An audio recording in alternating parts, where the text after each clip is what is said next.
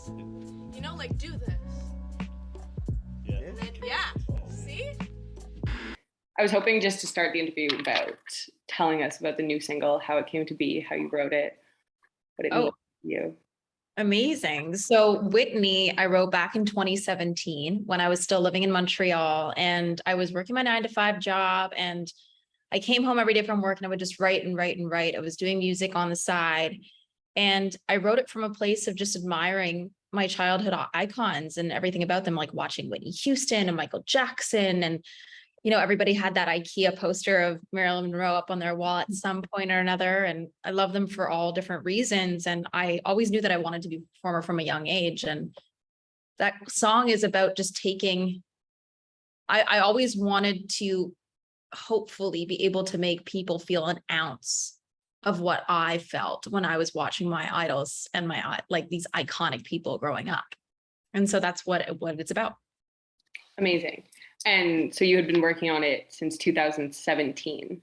It was fully written in 2017, but this song was, I've never been on a journey like I have with this song. I haven't had, you know, a song that's lived on a hard drive for so long, and not because I didn't want to release it, but there was actually a lot of red tape that came with this single because it interpolates I'm Every Woman, which was actually written by Ashford and Simpson and popularized by Shaka Khan and Whitney Houston, of course. And when you borrow things, you interpolate or you sample, you actually have to go to the original writers and ask for their permission.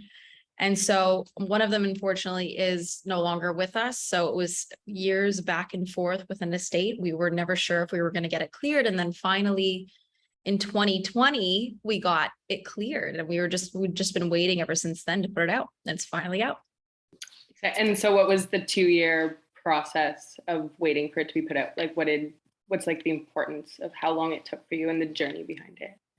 Well, it was literally just waiting for this estate to get back to us. And then also I wasn't signed at the time. I decided to put all of my eggs in one basket. I've always been just doing music on the side. But in 2020, I just really decided for the first time to take a chance on myself in a serious way and be broke for many, many, many months on end, ate mayo sandwiches, lived in Toronto with a complete stranger, but I just hustled and I finally got signed.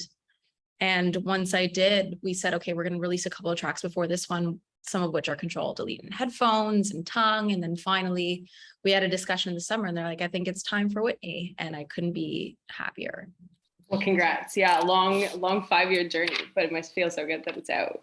It's insane. It's very surreal. It hasn't even hit me yet, but as I see people reacting to it, I was like, okay, this is real. This is actually happening. It's real. Yeah, Whitney is out there for the people to read.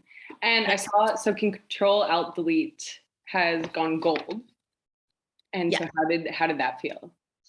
Well, it was insane to watch just the growth of this record. Like it snowballed for about a year. Like we released it and then it was featured on the FIFA 2022 soundtrack, and then got the cover of Mint Global with it, which kind of boosted it. And then it was featured on Drag Race. So the song just grew and grew and grew and grew and like took a life of its own. And we wrote that song during peak. So we, as Banks and Ranks and myself, we write a lot of records together, and Control and Headphones are some of them. And when we wrote that record, we wrote it from a place of just like, it was during the first lockdown when everything was really, really dark and scary. And we wrote that song as kind of a break in the noise, just to be happy and to write something extremely positive and happy-go-lucky and silly. And I don't think that we could have ever predicted, you know, the reaction to it. So it's been an insane ride. No, I bet.